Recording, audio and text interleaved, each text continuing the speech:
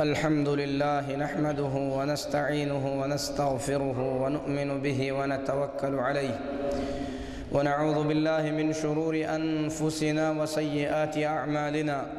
من يهده الله فلا مضل له ومن يضلل فلا هادي له وأشهد أن لا إله إلا الله وحده لا شريك له وأشهد أن محمدًا عبده ورسوله أرسله بالحق بشيرًا ونذيرًا وداعيًا إلى الله بإذنه وسراجًا منيرًا أما بعد فإن أحسن الحديث كتاب الله وخير الهدي هدي محمد صلى الله عليه وسلم وشر الأمور محدثاتها وكل محدثة بدعة وكل بدعة ضلالة وكل ضلالة في النار يا أيها الذين آمنوا اتقوا الله حق تقاته ولا تموتن إلا وأنتم مسلمون يا أيها الناس اتقوا ربكم الذي خلقكم من نفس واحدة وخلق منها زوجها وبث منهما رجالا كثيرا ونساء واتقوا الله الذي تساءلون به والأرحام إن الله كان عليكم رقيبا يا أيها الذين آمنوا اتقوا الله وقولوا قولا سديدا يصلح لكم أعمالكم ويغفر لكم ذنوبكم ومن يطع الله ورسوله فقد فاز فوزا عظيما أما بعد محترم حاضرین جمعہ، اللہ رب العالمین کے مبارک ناموں میں سے ایک عظیم نام القیوم ہے، جیسا کہ اللہ رب العالمین نے فرمایا اللہ لا الہ الا هو الحی القیوم، اللہ کی ذات وہ ذات مبارکہ ہے جس کے سوا کوئی عبادت کے لائق نہیں ہے، وہ حی اور قیوم ہے۔ حی یہ اللہ رب العالمین کے ناموں میں سے ایک نام ہے جس کا معنی اور مطلب ہے وہ ذات جو ہمیشہ سے زندہ ہے، ہمیشہ زندہ رہے گی، وہ ذات جس سے پہلے عدم نہیں تھا، وہ ذات جس کی انتہا اور کنارہ نہیں ہے۔ میرے محترم بھائیوں، اللہ رب العالمین کی صفتوں میں سے ایک صفت حیات یا اللہ رب العالمین کی زندگی ہے، جس کا مختصر ذکر گزشتہ خطبے میں کیا گیا کہ اللہ رب العالمین کی زندگی، اللہ رب العالمین کے زندگی کی یہ صفت مخلوق کے صفت جیسی نہیں ہے۔ ہم بھی زندہ ہیں، ہمارا رب بھی زندہ ہے، لیکن ہماری زندگی کے اندر اونگ ہے، نیند ہے، اس کے بعد موت اور فنا ہے، اور ہماری زندگی سے پہلے ہم غیر موجود تھے، لیکن اللہ رب العالمین کی جو زندگی ہے وہ کامل زندگی ہے۔ کوئی ایسا وقت نہیں تھا جس میں اللہ رب العالمین نہ ہو، اور کوئی ایسا وقت نہیں ہوگا جس میں اللہ رب العالمین غیر موجود ہوگا، بلکہ اللہ ہمیشہ سے ہے، ہمیشہ رہے گا۔ اللہ رب العالمین زندگی کے تمام نقائص اور کمیوں سے پاک ہے۔ اللہ رب العالمین کی زندگی مکمل کامل صفات کے ساتھ ہے۔ اسی طریقے سے اللہ کے ناموں میں سے ایک نام القیوم ہے، اور القیوم کا مطلب ہے وہ ذات مبارکہ، وہ ذات عظیم جس کے اشارے اور حکم سے ساری دنیا قائم ہے۔ القیوم الذی تقوم الامور کلها علیہ، قیوم وہ ذات مبارکہ ہے جس پر ساری چیزوں کا دار و مدار ہے، جس کے حکم سے، جس کی مرضی سے، جس کے اشارے سے ساری چیزیں قائم ہیں، اور دنیا کی ساری چیزیں جس کی محتاج اور اس کی فقیر ہیں، وہ ذات صرف اللہ تبارک و تعالیٰ کی ذات ہے۔ اللہ رب العالمین کسی بھی چیز کا کوئی محتاج نہیں ہے، عرش اور کرسی اللہ کے محتاج ہیں، ساری چیزیں اللہ رب العالمین کے حکم سے قائم ہیں۔ اسی لیے اللہ رب العالمین فرماتا ہے وَمِنْ آيَاتِهِ أَن تَقُومَ السَّمَاءُ وَالْأَرْضُ بِأَمْرِهِ، اللہ کی نشانیوں میں سے ایک عظیم نشانی یہ بھی ہے کہ آسمان اور زمین اللہ کے حکم سے قائم ہیں۔ وَلَئِنْ زَالَتَا، اگر آسمان اور زمین زائل ہونے لگیں، ختم ہونے لگیں، گرنے کو آ جائیں، ان امسکہما من احد،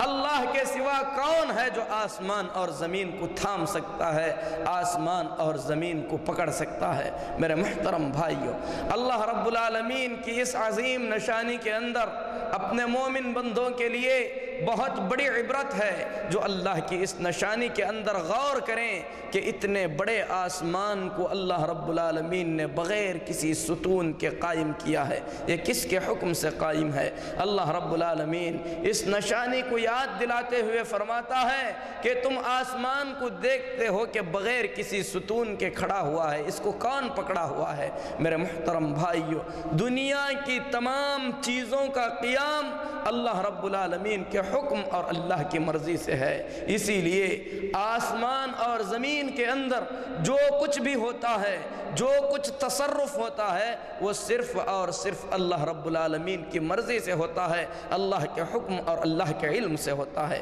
اسی لیے اللہ رب العالمین کے یہ دو نام الحی اور القیوم ایسے نام ہیں جن ناموں کے سلسلے میں بعض اہل علم نے کہا کہ یہ اللہ کے اسم اعظم ہیں، جن ناموں کے بارے میں رسول اللہ صلی اللہ علیہ وسلم نے فرمایا کہ اگر اللہ رب العالمین کے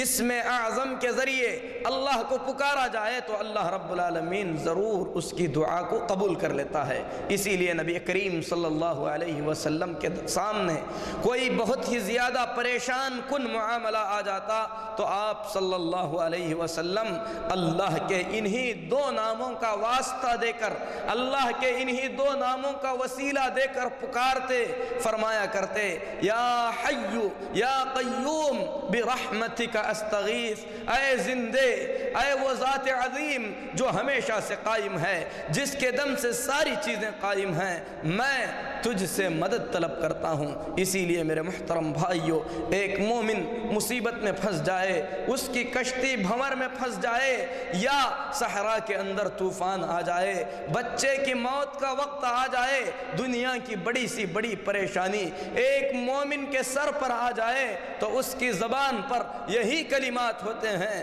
برحمتک استغیث، اے اللہ تیری رحمت کا وسیلہ دے کر میں دعا کرتا ہوں کہ تو میری مدد فرما۔ یہ ایک موحد کا حال ہوتا ہے، یہ اس شخص کا حال ہوتا ہے جس کا دل اللہ رب العالمین سے جڑا ہوا ہو، لیکن جس کا دل غیر اللہ سے لگا ہوا ہوگا، مصیبت اور پریشانی میں پہنچ کر کہے گا یا علی مدد کر، دستگیر کے نعرے لگائے گا یا عبد القادر جیلانی کو پکارے گا۔ دونوں کے اندر کتنا بڑا فرق ہے۔ وہ شخص جس کا تعلق اللہ سے جڑ جائے ایسا نہیں ہو سکتا جس نے مخلوق سے اپنے تعلق کو جوڑا ہوا ہو۔ میرے محترم بھائیو، ایک مومن کو چاہیے کہ اللہ کے اسماء حسنی، اللہ کے ناموں اور اللہ کی صفات کے ذریعے اللہ رب العالمین کو پہچانے اور مصیبت میں پہنچنے کے بعد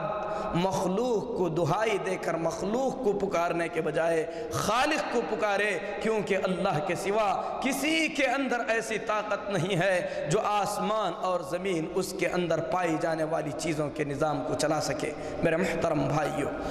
اللہ رب العالمین نے اپنی توحید، اپنا تعارف، اپنے دو ناموں کا ذکر کرنے کے بعد فرمایا اللہ لا الہ الا ہو الحی القیوم لا تأخذہ سنۃ ولا نوم۔ اللہ کی ذات وہ ذات عظیم ہے، وہ ذات مبارکہ ہے، وہ ذات مقدس ہے جسے نہ تو اونگ آتی ہے اور نہ نیند آتی ہے، کیونکہ اونگ اور نیند یہ دونوں کمزوری کی صفتیں ہیں، اور ہمارا رب ہر قسم کی کمزوری سے پاک ہے، نقائص سے اللہ تبارک و تعالیٰ پاک ہے۔ نیند اللہ تعالیٰ کو آتی نہیں ہے، اور اسی طریقے سے اونگ بھی اللہ تبارک و تعالیٰ کو آتی نہیں ہے۔ نبی کریم صلی اللہ علیہ وسلم فرماتے ہیں ان اللہ لا ینام ولا ينبغي له ان ينام، اللہ کی ذات وہ ذات ہے جو سوتی نہیں ہے، اور سونا اللہ کی شان کے لائق بھی نہیں ہے۔ اسی لیے ہر وقت اللہ تبارک و تعالیٰ مخلوقات کی تدبیر کرتا ہے، مخلوق کے جو معاملات ہیں ان معاملات کو حل فرماتا ہے۔ اللہ رب العالمین کی ذات مبارکہ نیند اور اونگ سے پاک ہے، اسی لیے اللہ تبارک و تعالی عبادت کے لائق ہے۔ جو سوئے، جو غفلت میں پڑ جائے، جسے اونگ آ جائے، وہ دنیا کے نظام کو کیوں کر چلا سکتا ہے؟ وہ خود جب سو جاتا ہے تو اپنے آپ سے غافل ہو جاتا ہے، جو اپنے آپ سے غافل ہو جائے وہ دنیا کے نظام کو کیسے چلا سکتا ہے؟ اسی لیے میرے محترم بھائیوں، ہمارا رب ہمیشہ سے زندہ اور ایسا ہے کہ نیند اور اونگ جیسے نقائص اور کمیوں سے بھی پاک ہے۔ لا تأخذہ سنۃ ولا نوم، نہ تو اسے اونگ آتی ہے اور نہ تو نیند آتی ہے۔ من ذا الذی یشفع عندہ الا بإذنہ۔ اس کے بعد اللہ فرماتا ہے وہ ذات جس کا نام اللہ ہے، وہ ذات جس کے سوا کوئی عبادت کے لائق نہیں ہے، وہ ذات جو ہمیشہ سے زندہ اور ہمیشہ زندہ رہنے والی ہے، وہ ذات جس کے دم سے ساری دنیا قائم ہے، وہ ذات جو نیند اور اونگ سے پاک ہے، ساری دنیا کے نظام کو چلا رہا ہے۔ ایسی عظیم ذات کے سامنے کھڑے ہو کر کس کے اندر اتنی ہمت ہے کہ اس کی اجازت کے بغیر اس کے دربار میں سفارش کر سکے؟ من ذا الذی یشفع عندہ الا بإذنہ، کون ہے وہ جو اللہ کی اجازت کے بغیر اللہ رب العالمین کے دربار میں سفارش کے کلمات کہہ سکے؟ اللہ سے چھین کر دلانا تو دور کی بات، اللہ کے کیے ہوئے فیصلوں کو بدل دینا تو دور کی بات، اللہ رب العالمین کے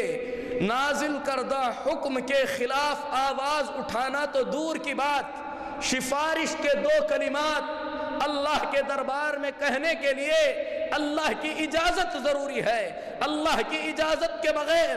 چاہے کتنا بڑا فرشتہ بھی کیوں نہ ہو، کتنا بڑا ولی بھی کیوں نہ ہو، کتنا بڑا پیر اور پیغمبر بھی کیوں نہ ہو، جب تک اللہ کی اجازت اور اللہ کی مرضی نہیں ہوگی اپنی زبان سے سفارش اور ریکویسٹ کے دو کلمات بھی نہیں کہہ سکتا۔ کسی کے اندر یہ کہنے کی طاقت بھی نہیں ہے کہ اے اللہ تو اپنی مہربانی سے اسے بخش دے۔ کیوں؟ اس لیے کہ میرے محترم بھائیوں، اللہ کا کوئی شریک نہیں ہے، اللہ کسی کا محتاج نہیں ہے۔ دنیا کے اندر جب آپ واسطہ طلب کرتے ہیں، وسیلہ پکڑتے ہیں، دنیا کے اندر کسی کو سفارشی بنا کر لے جاتے ہیں تو بادشاہ کی کچھ مصلحتیں وزیر سے جڑی ہوئی ہوتی ہیں۔ بادشاہ کو خوف ہوتا ہے کہ اگر میں اپنے وزیر کی بات نہ مانوں تو عوام کو میرے خلاف بھڑکا سکتا ہے۔ بادشاہ کو خوف ہوتا ہے کہ فلاں گورنر کی اس سفارش کو قبول نہ کر لوں تو خدشہ ہے کہ کہیں مجھے نقصان نہ پہنچا دے۔ اللہ تبارک و تعالیٰ کی ذات مبارکہ کسی کی محتاج نہیں ہے، اسے کسی کا خوف نہیں ہے، اسی لیے اللہ فرماتا ہے اے محمد صلی اللہ علیہ وسلم آپ کہہ دیجئے اگر اللہ مجھے اور میرے ساتھیوں کو ہلاک کرنا چاہے تو اللہ کے سوا مجھے کون بچا سکتا ہے؟ میرے محترم بھائیوں، اللہ رب العالمین کے جو شؤون، اللہ کے جو اعمال ہیں، ان اعمال میں اللہ کی مرضی کے بغیر، اللہ کی اجازت اور اللہ کے حکم کے بغیر کوئی مداخلت نہیں کر سکتا۔ اسی لیے اللہ فرماتا ہے من، کون ہے وہ جو سفارش کر سکے اللہ کے دربار میں اللہ کی اجازت کے بغیر؟ اسی لیے اللہ رب العالمین نے محمد الرسول اللہ صلی اللہ علیہ وسلم سے وعدہ فرمائے گا، وعدہ فرمایا، کہا وَيَبْعَثُكَ رَبُّكَ مَقَامًا مَحْمُودًا، اے محمد صلی اللہ علیہ وسلم آپ کا رب آپ کو مقام محمود تک پہنچا دے گا۔ یہ اللہ کا وعدہ ہے۔ مقام محمود سے مراد وہ مقام ہے جس مقام پر پہنچ کر ساری دنیا کے لوگ محمد الرسول اللہ صلی اللہ علیہ وسلم کی امت سے لے کر نوح علیہ السلام کی امت تک ساری مخلوق محمد الرسول اللہ صلی اللہ علیہ وسلم کی تعریف بیان کرے گی، بڑائی بیان کرے گی۔ اللہ نے یہ مقام محمد صلی اللہ علیہ وسلم کو دینے کا وعدہ فرمایا ہے۔ لیکن اس مقام کے سلسلے میں اللہ کے نبی صلی اللہ علیہ وسلم فرماتے ہیں نوح علیہ السلام سے لے کر بلکہ آدم علیہ السلام سے لے کر ایک ایک پیغمبر سے ہوتے ہوئے دنیا کے سارے لوگ محمد الرسول اللہ صلی اللہ علیہ وسلم کے پاس پہنچیں گے، کہیں گے کہ ہم سخت پریشانی میں مبتلا ہیں،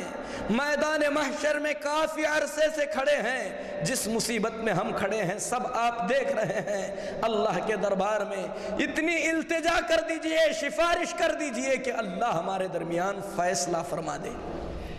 بات صرف اتنی ہے کہ کسی کو رب کے دربار میں پہنچ کر کہنا ہے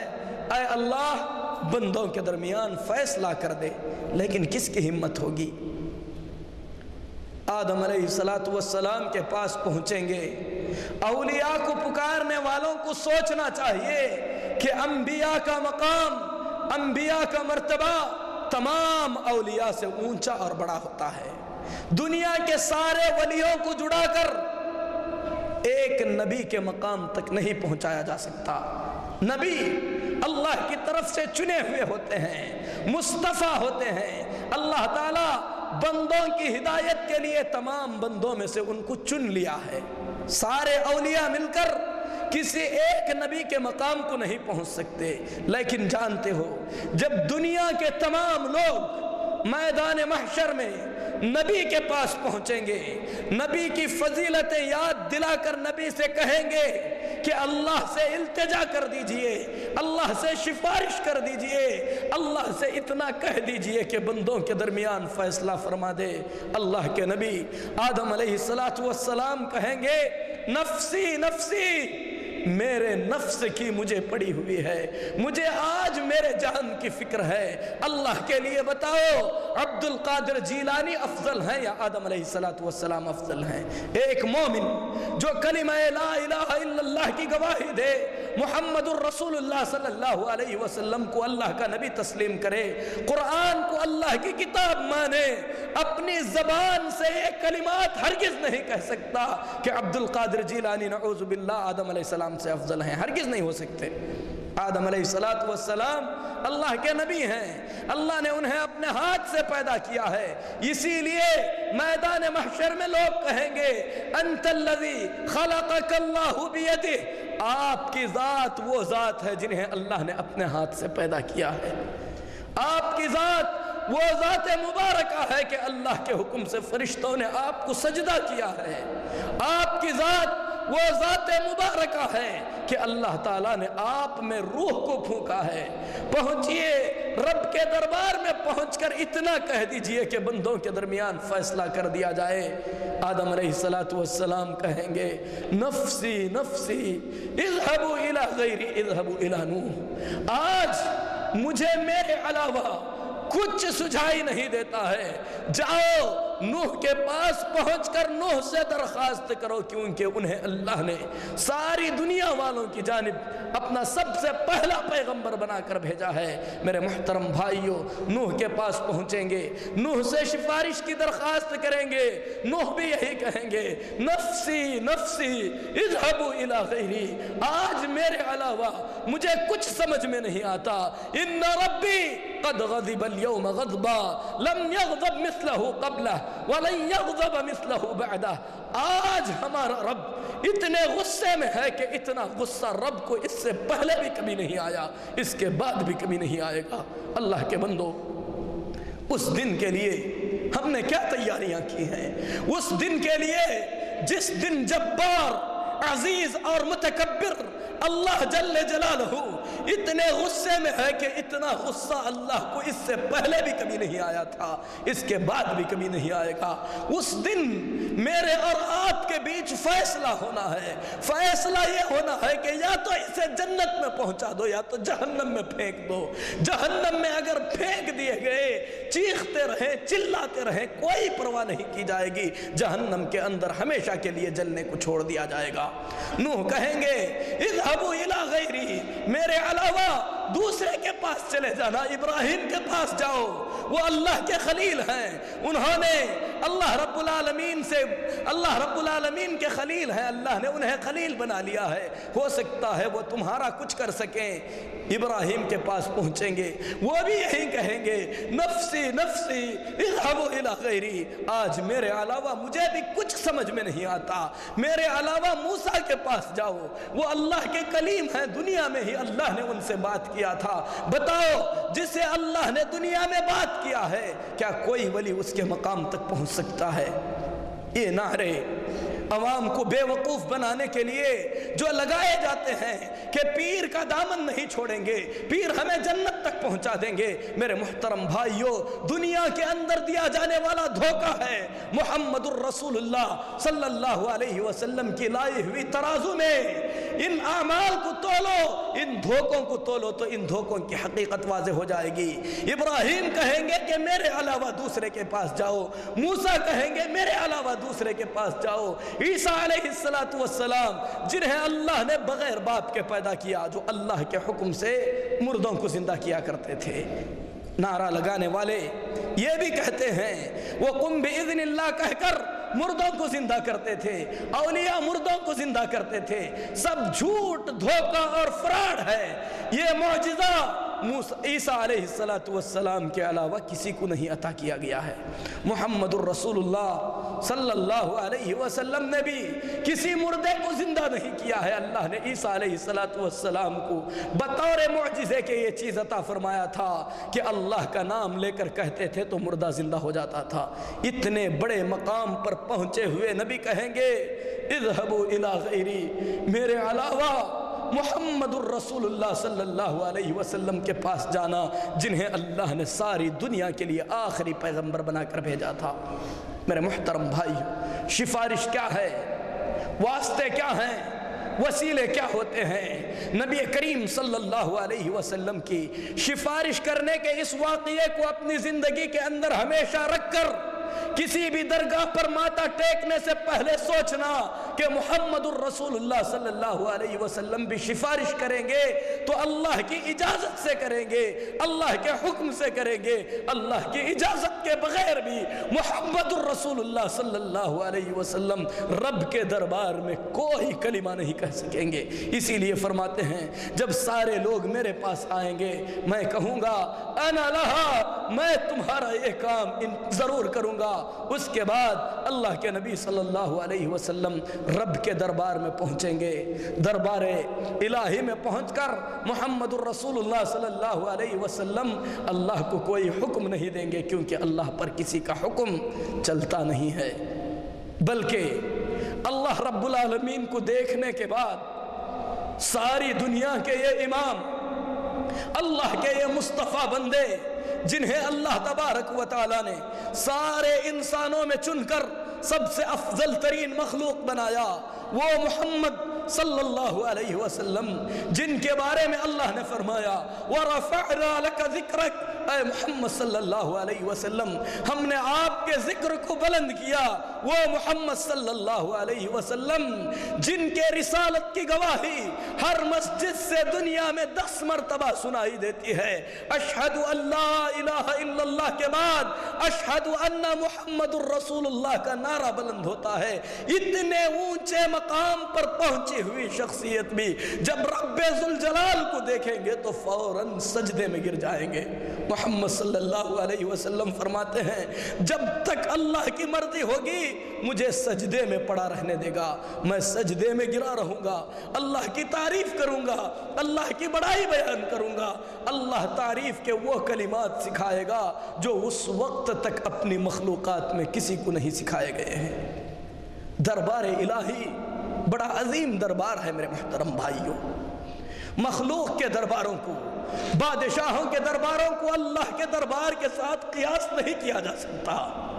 قبر کے اندر لیٹے ہوئے ولیوں کے بارے میں یہ عقیدہ نہیں رکھا جا سکتا کہ اللہ سے یہ کچھ کہنے کی طاقت رکھتے ہیں۔ نہیں میرے محترم بھائی، محمد الرسول اللہ صلی اللہ علیہ وسلم کی شخصیت عظیمہ بھی اللہ رب العالمین کے دربار میں پہنچ کر اللہ کی تعریف کرتے ہوئے سجدے میں پڑی رہے گی۔ جب تک اللہ کا حکم ہوگا آپ سجدے میں ہی رہیں گے۔ اس کے بعد اللہ رب العالمین فرمائے گا ارفع رأسک، اے محمد صلی اللہ علیہ وسلم اب آپ اپنا سر اٹھائیے، سل تعطا، اب مانگیے آپ کو عطا کیا جائے گا، اجازت ملے گی مانگنے کی۔ اس کے بعد مدعا پیش کریں گے کہ اے اللہ تیری ان مخلوق کے درمیان فیصلہ فرما دے۔ اگر یہ دربار الہی ہے جس میں اللہ کی اجازت کے بغیر، اللہ کی مرضی کے بغیر لب کشائی نہیں کی جا سکتی، زبان حرکت نہیں دی جا سکتی، تو میرے محترم بھائیوں سفارش کرنا بہت دور کی بات ہے۔ اسی لیے اللہ رب العالمین فرماتا ہے یوم یقوم الروح والملائکۃ صفا، اس دن روح، کون ہے روح؟ جبریل علیہ السلام ہے، وہ فرشتہ جس فرشتے کے بارے میں اللہ نے فرمایا مطاع ثم امین، وہ فرشتہ جس کی سارے فرشتے اطاعت کرتے ہیں، امانت دار فرشتہ، ذی قوت والا فرشتہ، کرام بررہ، بہت ہی زیادہ نیک اور بزرگ فرشتہ جس کی تعریف میں اللہ نے یہ الفاظ کہے۔ میرے محترم بھائیوں اس فرشتے کے بارے میں اللہ فرماتا ہے قیامت کے دن سارے فرشتے صف باندھ کر کھڑے ہوں گے تو جبریل بھی صف میں کھڑے ہوئے ہوں گے۔ دستگیر اس وقت آگے نکل کر سفارش کریں گے۔ عبد القادر جیلانی رحمہ اللہ کیا اس دن آگے نکل کر سفارش کریں گے؟ کیا جبریل سے بھی آگے بڑھ گئے؟ کیا محمد الرسول اللہ صلی اللہ علیہ وسلم سے بھی آگے بڑھ گئے؟ عقل سے سوچنے کی بات ہے میرے محترم بھائیوں۔ اللہ فرماتا ہے یوم یقوم الروح والملائکۃ صفا لا یتکلمون الا من اذن لہ الرحمن، کوئی بات نہیں کرے گا۔ سفارش کرنا، کچھ کہنا تو دور کی بات، اللہ فرماتا ہے لا یتکلمون، ہرگز بات نہیں کریں گے، الا من اذن لہ الرحمن، بس وہی بات کر سکے گا جسے رحمان بات کرنے کی اجازت دے۔ وقال صوابا، بات کرنے کی اجازت پانے کے بعد بھی اپنی طرف سے کچھ نہیں کہے گا، جو کہے گا درست بات کہے گا۔ سفارش کے سلسلے میں اتنا جان لو کہ سفارش حق ہے، اہل سنت والجماعت کا عقیدہ ہے۔ انبیاء سفارش کریں گے، اللہ کے نیک بندے سفارش کریں گے۔ اسی طریقے سے مومن ماں باپ کی اولاد جو بچپن میں انتقال کر جائے اللہ کے پاس سفارش کرے گی۔ شہداء سفارش کریں گے، جسے اللہ سفارش کرنے کی اجازت دے گا سارے سفارش کریں گے، لیکن شرط یہ ہے کہ اللہ کی اجازت کے بغیر کوئی سفارش نہیں کر سکے گا۔ سفارش اللہ کی اجازت سے ہوگی۔ سفارش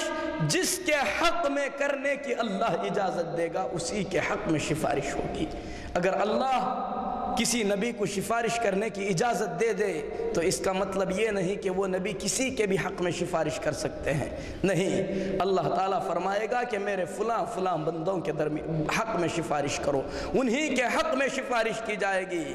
اسی لیے ساری سفارشیں اللہ کے لیے ہیں۔ ہم کو چاہیے کہ اپنی دعاؤں میں دعا کریں، کہیں کہ اے اللہ تو اپنے فضل و مہربانی سے محمد الرسول اللہ صلی اللہ علیہ وسلم کی سفارش ہمیں نصیب فرما۔ سفارش بھی مانگنی ہے، اللہ سے مانگنی ہے، کیونکہ اللہ کی اجازت کے بغیر کوئی سفارش نہیں کر سکے گا۔